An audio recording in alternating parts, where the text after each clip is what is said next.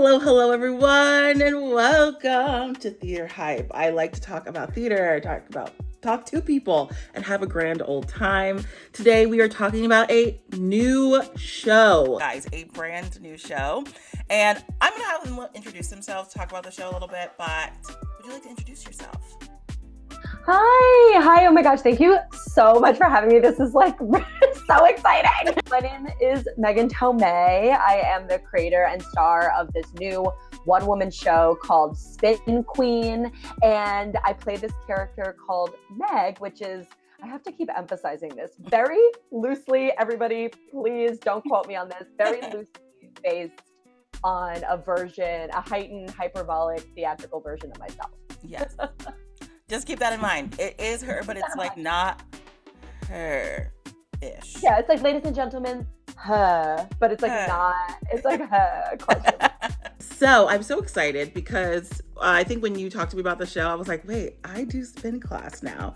And I think using that as a vehicle to tell a story and to really kind of talk about very important things, I think is genius and also very engaging.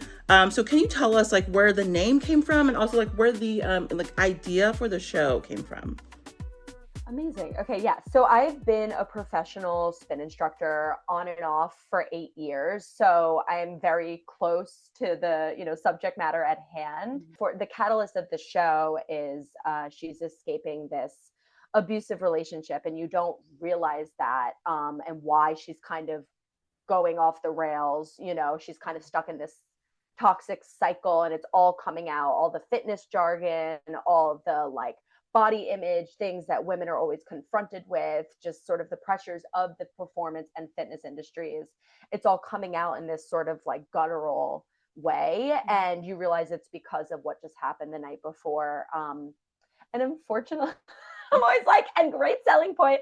Unfortunately, I had that literal experience where something, really volatile happened in my life and in this relationship I was in. And I literally had to then go and teach 2 back-to-back spin classes the next day. Yeah. And because I just couldn't I don't, your brain doesn't catch up to hear, to see what's happening. You can't like talk about it. It just happened. Yeah. So I didn't even think to like call out. I didn't think to like not go to class. I was just like, I got to get out of here. And I taught it on autopilot, and I don't remember it like at all. Like I wasn't in my body anymore, but I think it was kind of really helpful in a way, which is kind of funny because it's almost a message against the show, which is like, don't kill yourself all the time for all these things or what you think everyone wants of you. But yeah, I did it. And it really just sparked the idea of like, what if this was a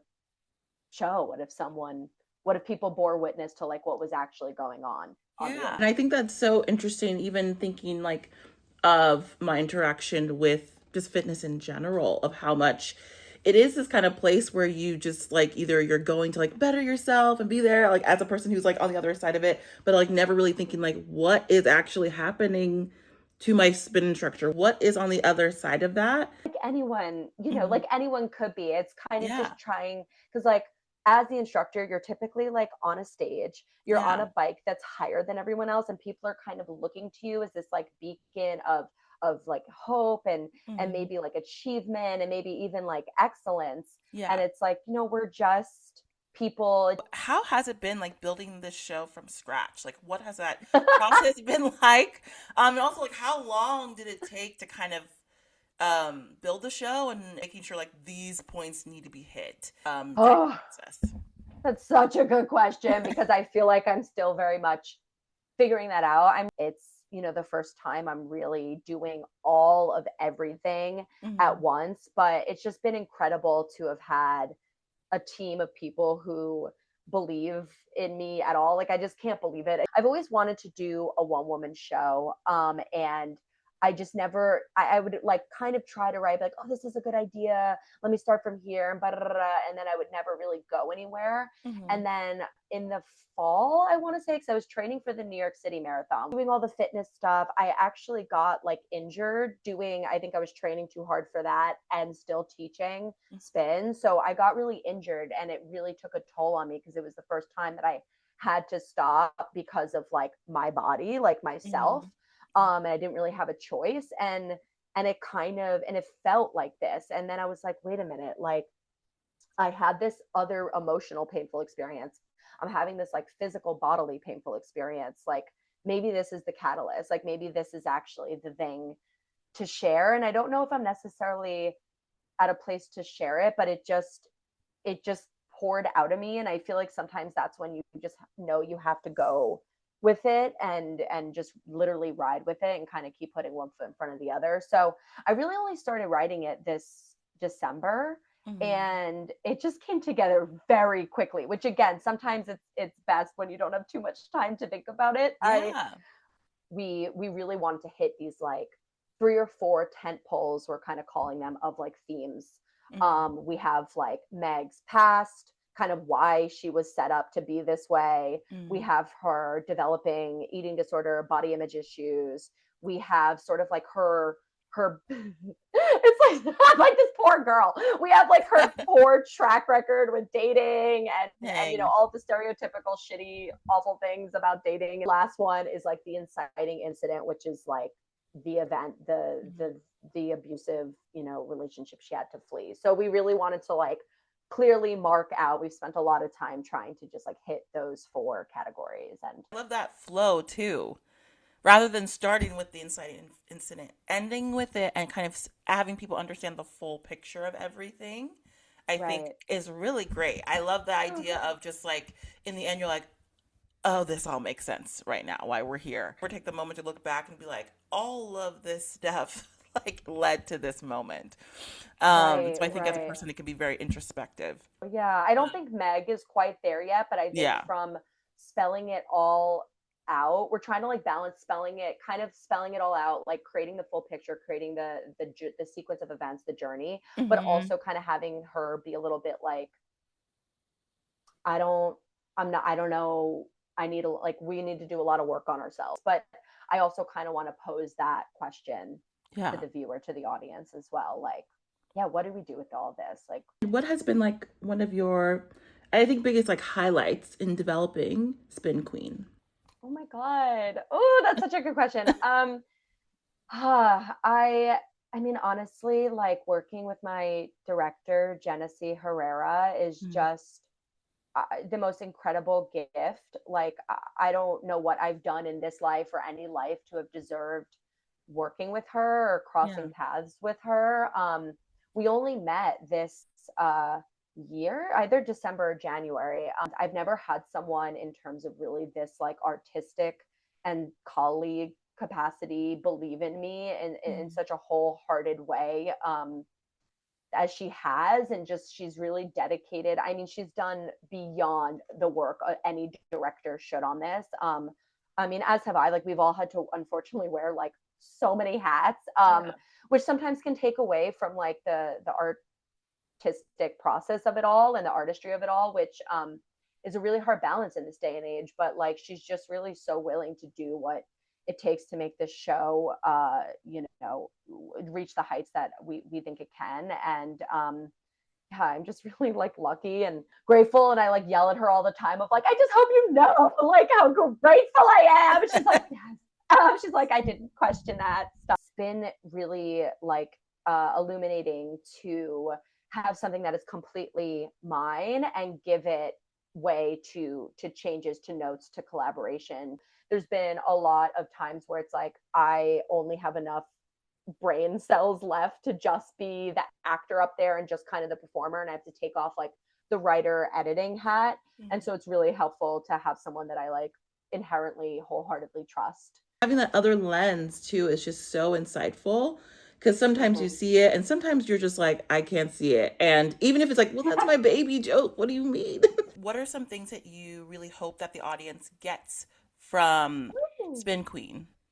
To me, a lot of this art, especially, it's for the people, it's for the audience. Like, I Mm. always feel like I'm in service of, that's like why we bow, like at the end, like I'm in service of you. Like, I hope I'm serving people and the time and the place that this play is coming into. But truly, it will have been worth it if like, if it helps one person maybe realize that they're in a similar situation and and get out of it, then that just even just again just one person like this will all have been worth it, because I wish there was something in this vein that I have maybe would have come across during that time, and it would have like stopped it from, I would have gotten out sooner. Yeah. But on a more like universal level, like I hope it leaves people with questions of, you know, what they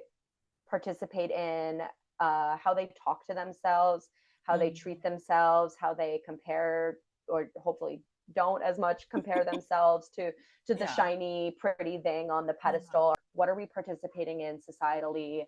Where are we right now? What's important to us, and what's sustainable, and maybe like we can kind of create some separation between what is like real and what like isn't, you know, reality. Art has such a way of just like hitting us in a different way than, you know, reading something or even our Right. friend talking to us about something. I'm like, art hits us in such a visceral way because it's visual, audible, and a lot of times tangible. Like it's right there in front of you, and so I think that that is just so powerful. What is like the life of Spin Queen looks like if you just know, like, even if it's in the next like 4 months or 2 months, if you want to just like spell that out.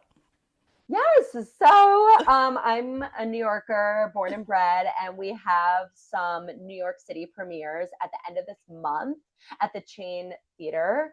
It's in Midtown. They have a festival every summer, and we were selected to be a part of it, which is really incredible. So that'll be the 26th of July, and then the 28th and the 29th. And then we have all of August in Edinburgh. Yeah. We're currently fundraising for it. We have a crowdfunder on our Instagram, which is at SpinQueen_show. And you can get tickets there. You can interact with it there, obviously. And then I hope to come back with it, you know, bring it back to New York. I'm sure we're going to learn so much with basically having like a month run, like 20 shows or something in Edinburgh. I know, it's crazy. So I'm gonna do some fun questions, I guess, some fun Yay! times. Name a couple songs that would be like in your ideal spin class. Like what kind of like what does your playlist look Ooh. like? Okay. Right now it's Attention by Slater. I Ooh, fucking love that song. Like Ray's new album, like Where's My Husband, is also yeah. like a really like it's I think I literally say a line that's basically like, I want to find my damn husband, like where is this man? And then kind of ending with the like Happier Than Ever by Billie Eilish. That's kind of the arc. Those So that sounds like a fun spin class. I'm not gonna lie. I'm Um, saying. so as an instructor yourself, or even if you are taking a class, like are you more of like a heavy seated like hill, or are you more of like a Mm. light like jog, like you like to go fast? I used to be a more like faster pace, like choreo moment, like Mm-hmm. quick jog. But now I really do love something where you can like really crank the resistance, turn it up, like feel really intentional with your motions, feel really Yeah. strong with your motions, and get to use like a lot of your body and a lot of yourself. I love like a good like classic rock, like a Rolling Mhm. Stones, or like Fleetwood Mac has this song called Tusk that's like really big horns, really big like Yeah. sound, and you can kind of just like grind it out and also feel like you're like moving somewhere, like you're Yeah. starting at the bottom and you're like getting to the top of this hill. Mhm. I just or like pushing maybe even against it. It just feels really guttural and good to do. And Like a go-to move? Like, do you have any like choreo that you're like, I love doing this little choreo bit, or I love, you know, this sort of, I love using like any of the weights, like whichever thing. kind of like if we are doing the quick little joggy moves, I love, oh my god, I love a good tap back. I love like where you just like bump your booty, you're like out of the saddle and you like bump your booty onto the side, a little tap, Yeah. and then sometimes finishing it up when you come back up, you do a little elbow drop. I call it like a little pulse, so a little like tap and a little pulse, and a little tap and a little Really fun. pulse. So fun, kind of gets you into your core, kind of uses everything that you have, like upper body, center, Yeah. lower body, obviously. And a lot of Beyonce songs are really good to that pace and really good to that move. So that's always my favorite kind of thing to hit. Yeah. I like the drop to the beat, or like when we do Yeah, like little outer, drop. Yeah, like little this way. drops in out. I love it. But if you could take a class with any person, like to your left and to your right, you're in the saddle. Oh, like an airplane seat question. Yeah, who would it be? Oh, okay. This is okay, everyone. I'm like, everybody shut up. I think it would be really, I need to have Keke Palmer on my right. Oh my gosh. I need to have Keke Palmer on my right because I think she's gonna like be down for anything, and I think she's gonna like just have a Keke funny time, like, and just. But then I also think it would be this is so out of left field. I think it would be really funny to have like Martin Short on my other side. So in my head, I'm like, have they done a movie together? If they haven't, they should. Call someone. Together. Who do we do? Yeah, screw this play. Let's start getting the Martin Short, Keke Palmer motion picture. Yes, they take a spin class together, become best friends. That is. Wait, that's like a really good idea. Okay, TM that. Somebody TM that. Anybody at home. Well, thank you so much for sharing more about your show, sharing more about you. Also remind people kind of like how can they learn more about the show and what is next with SpinQueen.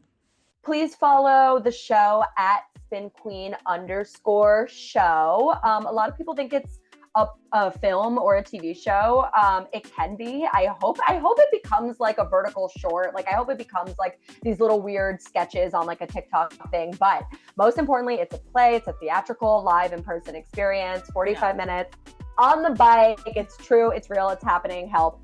And we're going to be having shows at the Chain Theater end of July in New York City, the 26th, 28th, and 29th. And then we ship off to Edinburgh August 1st. And we have shows from the 7th to the 29th in that country, across the pond in Scotland, and I can't do a Scottish accent. They're gonna hate me there, so it's not gonna be. We're not gonna try. And you can support the show by donating, by following, by liking, by reposting. Just kind of trying to get the message out there, but just also I hope you think it's fun and funny and crazy. Yeah. Yeah. Amazing. Yes. Thank you so much. Thank you so much for having me. This is so fun and nice.